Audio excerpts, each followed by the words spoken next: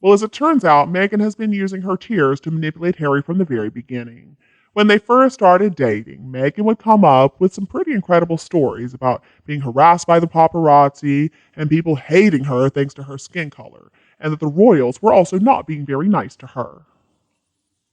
Do you remember how Meghan complained that Catherine didn't want to go shopping with her? Oh, boo hoo, poor baby. Except the fact is, anybody with a bit of sense wouldn't want to be friends with Meghan anyway, so Catherine was wise to keep her distance. Harry was going to want the truth from Meghan on so many issues, and when Harry would ask if there was any truth in the story, Meghan would just start crying and she refused to answer. Now, if I were Harry, I would have taken that crying as a confirmation of the fact that she was guilty. But Harry decided that he was going to trust her, and she kept avoiding answering his questions by crying and collapsing into a heap on the floor. And Harry wanted to know things like why she refused to see her family except for Doria, and also why was it that Meghan called the Toronto police that time to come to her apartment. Was Meghan a yacht girl once upon a time? Did she spend time at Soho House to try to make herself some money? Why was she being fired from Suits? And why could she not get along with Prince William or Catherine, the Princess of Wales?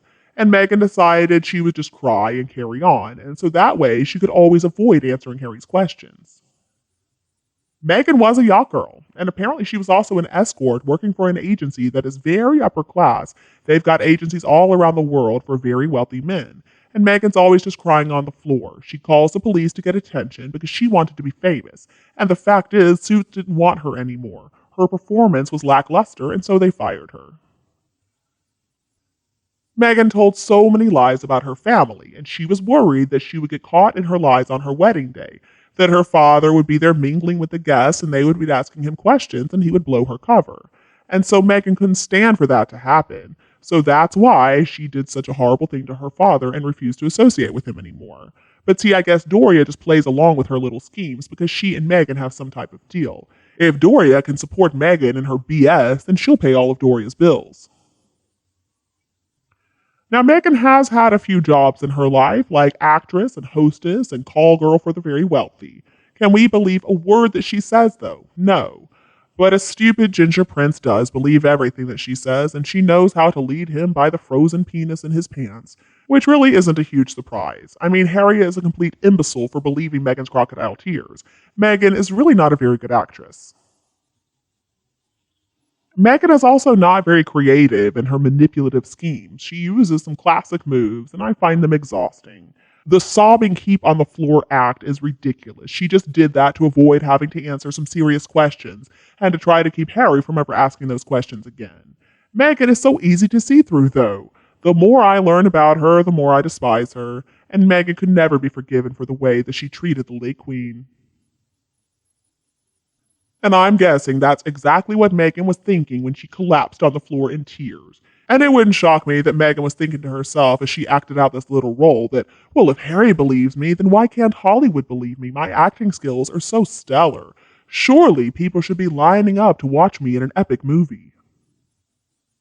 Girl, no, Harry is the only one who believes your little act. And let's not forget that she did an interview in the past when she was still a bit part actress, and she talked about that it's easy for her to cry on cue, and that she could squeeze a tear from her left eye if she needed to. That is the real Meghan Markle.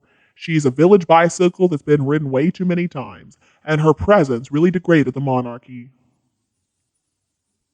So the question is, why would Harry want to be with somebody like that? Somebody who used to be a yacht girl? Nobody wants to date anybody that your friend has been with, come on. And if Harry were not a complete idiot, then he would have realized what that behavior was all about, and that it should have raised some big red flags.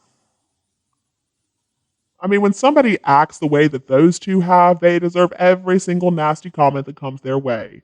We are talking about a couple of pieces of garbage that deliberately tried to upset Harry's dying grandfather and grandmother, and have shown no feelings of remorse and no mercy to either family.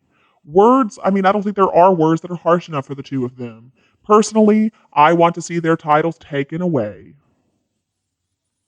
Meghan probably thought that she was looking sexy too. She just looks like an idiot. She always looks like she's high on something, and she looked like she was about ready to fall off the seat. And it is funny because her little act is so incredibly phony. Harry is such a fool. He knew her for only a short time before he decided to marry her. That is almost always a recipe for disaster. She is somebody who stuck around while he continued acting like an idiot and told him how amazing he was. Both of them are seriously in denial. I also think that people are just sick of hearing Harry's whining and the lies too. It's obvious that he's just trying to do that to get more money from his father. Harry claims that he wanted his freedom. Well, he got his freedom. But you know what? He had all his bills paid for in that first year and probably the majority of the second year too. They did agree on that, but Harry wanted more. I mean, we're just trying to find the money to heat our homes and put food on the table, but for Harry, millions is not enough. The way most people feel about the traitor is too is that they should stop whining and they should consider themselves very lucky. The truth is, the king is the personification of state, and Harry is so insulting to the crown, so really he's insulting all of the UK. Harry has so much disrespect towards the royal family, and that is costing everybody. So do the people of the UK want him back? Absolutely not. We need to compare Harry to the Duke of Edinburgh, also known as Edward. He was also informed that no, he couldn't trade on the royal family title, and he wasn't given any support from family members, so his company, Ardent, ended up failing. And he has cause to complain, but after a long discussion, he returned to royal duties, and then he worked very hard. He never felt like he needed to say horrible things about his family. Instead, it was the reverse. He took the advice that he was given, and he didn't look back. His wife was also a favorite of the Queen. Unfortunately, I think Harry has truly burned his bridges. A return to the fold would require a return to England and a gradual, slow reintegration into public engagements. Harry would need to gain a lot of trust back, though. And as for Meghan, well, she is not humble enough to do any royal engagements, and she's also way too unpopular. I also think the king is aware of the fact that Harry is unhinged. I don't think he would be trusting him any day soon. I'm worried that at some point Harry is going to come tumbling down a lot like Humpty Dumpty, and his father is going to have to be the one to pick up the pieces. Whatever he may have done, at the end of the day, Harry is still his son, and I don't think he's going to abandon him. But I think that Harry is going to have to learn a lesson before he is ever allowed back into the firm. The truth of the matter is, there is no place for Harry as a working royal. His presence is unnecessary. So unless he's got some kind of real skill, he's better off remaining in California. Until, of course, he runs out of lies to make money from. And then I'm guessing he's going to be very interested in the UK again. It really is such a crying shame, though, that in the last few years of his grandmother's life, and in her Jubilee year nonetheless, Harry acted like such a horrible little spoiled brat. And now he's trying everything he can to mess up the first year of his father's reign. And why? Harry claims that he didn't want to live in the public eye anymore, that he didn't want titles for those kids, that he wanted to support the Queen, but he did exactly the opposite. He married a fame and money-hungry actress who can turn on the waterworks whenever she wants to, and he allowed all of his values to evaporate. I just still don't understand what the two of them hope to achieve with all this. I don't think anybody's going to trust a man who basically pissed on his grandmother's grave and denounced his father and brother as racist and callous. Even if just a little bit of it was true, it was not something to announce to the whole world or write about, even if it did make him a lot of money.